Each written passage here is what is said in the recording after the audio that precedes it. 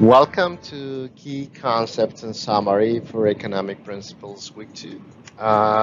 Basically, during this second week, we have analyzed elasticity and consumer choices, right? We know that anyone who has studied economics knows the law of demand. A higher price will lead to a lower quantity demanded, so you may not know exactly how much lower the quantity demanded will be. Similarly, the law of supplies states that a higher price will lead to a higher amount supplied. So the question is, how much higher?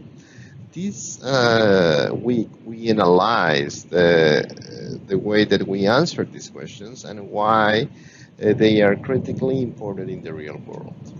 We will analyze how the income, prices, and preferences affect consumer choices. So let's talk about three issues that I think are critical on this second week's material. The first thing that we should be analyzing is elasticity and pricing. So, in the market of for goods and services, the quantity supplied and the quantity demanded are often relatively slow to react to the changes in price in the short run, but react more substantially in the long run. So, as a result, demand and supply often, but not always, tend to be relatively inelastic in the short run and relatively elastic in the long run. For example, a tax incidence depends on the relative price elasticity of supply and demand. When supply is more elastic than demand, buyers bear most of the tax burden. And when the demand is more elastic than supply, producers bear most of the cost of the tax. So the tax revenue is larger the more inelastic the demand and supply are.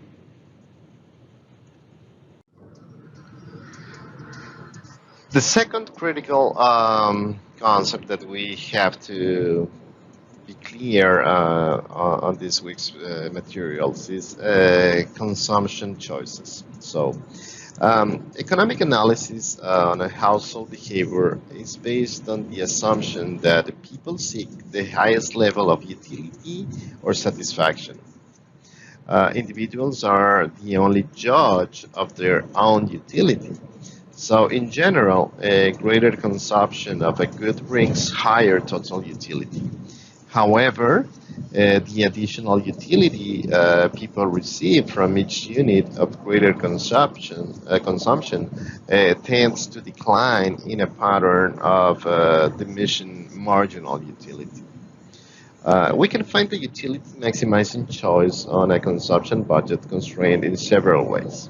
So maybe you can add up the total utility of each choice on the budget line and choose the highest total, or you can select a starting point and a random and compare the marginal utility gains and losses of moving to neighboring points, and thus eventually seek out the preferred choice.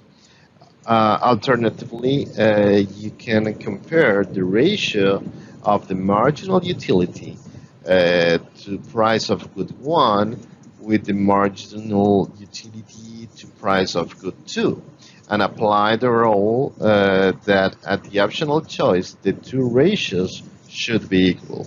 That is represented in the let's say the marginal utility 1 over preferred choice 1 equals the marginal utility 2 over basically the price of good 2. So that is an important thing that we should think about basically, it will be something like this, right? So You will have an mu1 over uh, pre 1, that basically it's price 1. It is equal to mu of this marginal utility 2 over the price 2. So now you have a better idea. Sorry for that writing, but now you got the idea, and that is the important thing to understand what the consumption choices are, and how we can calculate in these different ways. Finally, a third point that I want to touch base on this third week material is behavioral economics, right? And how behavioral economics are an alternative framework to analyze consumer choice. As we know, people regularly make decisions that seem less than rational, right? Decisions that contradict traditional consumer theory. And this is because traditional theory ignores people's state of minds or feelings, which can influence behavior. For example, people tend to value a dollar lost more than a dollar gain. And that is something that it's in our intrinsic state of mind, right? So even though the amounts are the same, we are more constrained on the losses than in the gains. Similarly, many people over withhold on their taxes, essentially giving the government a free loan until they file their tax returns. And that is because most people is like they have the fear that if they owe taxes, they don't have the liquidity to pay those on time, right? So they are more likely to get more money back than have to pay more on their taxes. And that is the idea.